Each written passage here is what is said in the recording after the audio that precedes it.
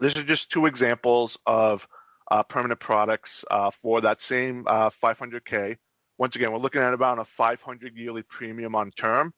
So what is a client getting for a $3,500 yearly premium on a permanent IUL product? Well, at age 55, they put in $70,000 total. They have $90,000 in cash value. They have a difference of $20,000. Great, not amazing, but they've had more than they pay in. At 65, now they're at retirement age. They've almost doubled, maybe about 85% towards that doubling. That money that they put in, this money, this product does allow them to grow that nest egg while still covering their main need of protection. And once again, I'll reiterate, with the protection-based IULs, the main focus for the client should be that protection need. We're switching to a protection IUL for all the other benefits that an IUL has for them. And that's really going to be the main focus, is that pivot to, okay, I understand you want protection. Let's now talk about the other things that you can get alongside the protection, and then build that value. Ask those questions. Hey, what do you want to do as a job when you're 80? Well, I don't want to work as 80. Well, great. Take a look at this. Look, you're going to have some cash value later. It's going to be knocking it out of the park? No, but you're going to pay during your income gaining years, and you'll have some money to take out later on.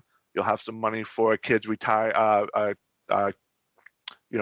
party, your kids going to college, planning a wedding.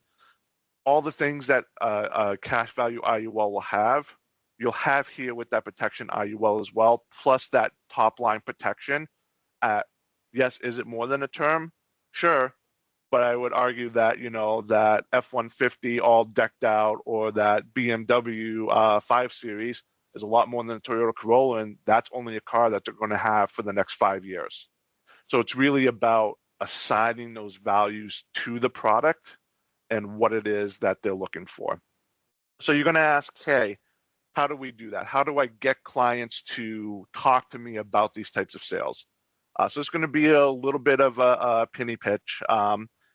We have sales kits on our website. These are some examples that we have right on our website for you to use of, things you can put on a social media posting, of questions to ask to get someone to, click through. With that as well, we have lots of these pre-done images that you're able to use on, top one, you insure your car and your health, but not your loved one. Let's get life insurance. Put that with one of those blurbs.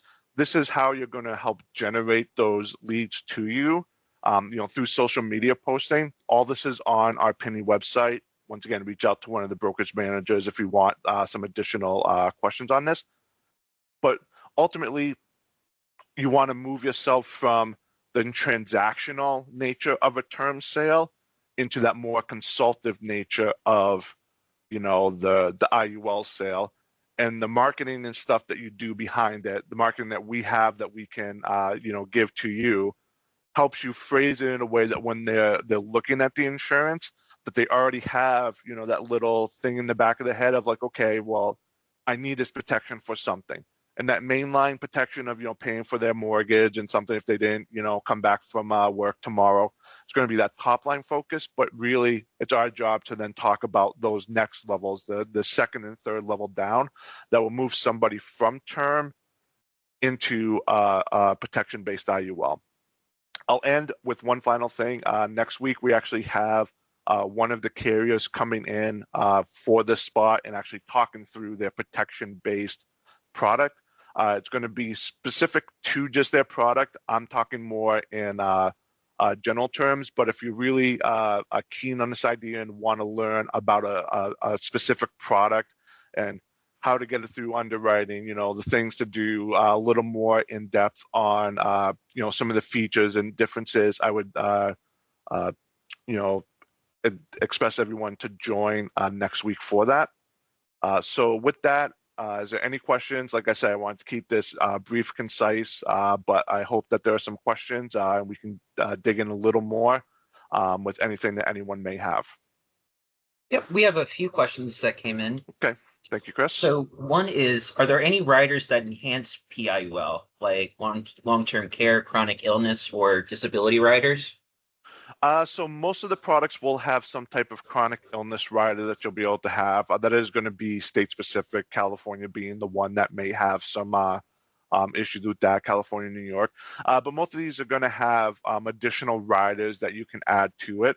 That's going to depend on the product, but as a general thing, almost any rider that you can apply to a normal, cash value accumulation focused IUL are going to have the same product suite to this, with some additions, like I said, that return a premium function that you'll have on this that you may not necessarily have on an accumulation IUL. So yes, there'll be a lot of riders to choose from. That'll be more specific on carriers. So if you have questions about a specific client and a specific rider, definitely reach out to us and we can go through that particular scenario and explain all the riders that would be available with that specific product. We have another one. Are there any recent regulatory changes impacting PIUL?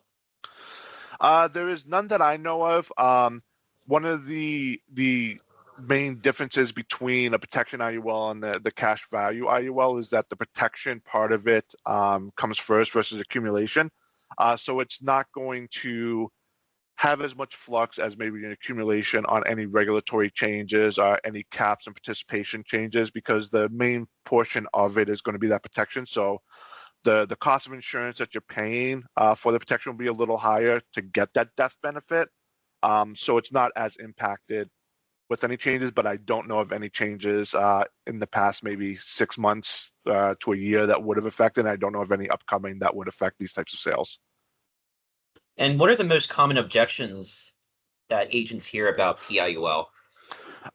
It's going to be cost, and that's why we spent some time on value. They're going to be like, oh, well, I can get a term and it's $500. It's like, yes, but you could also rent an apartment for half the amount. Why did you choose to buy a house? Why are you choosing to spend more on a car? That's where you have to get into the value questions, because if you're just putting price to price, term is going to look better on I just want $500,000 of coverage.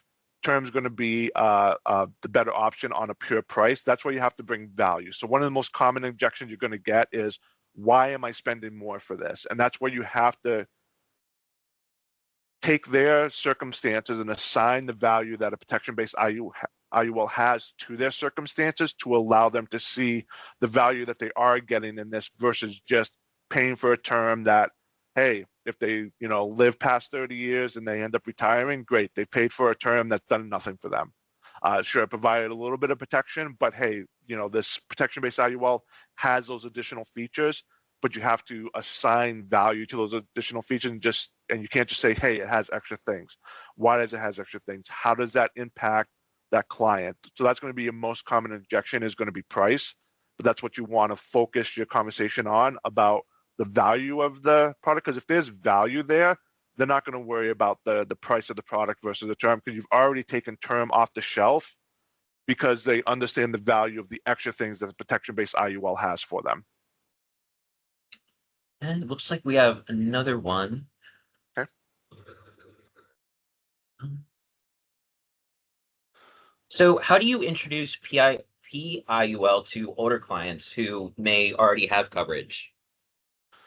So for a older client that may already have coverage, now you're leaning more into the protection portion of it, and the fact that you're going to be able to provide coverage for a longer duration.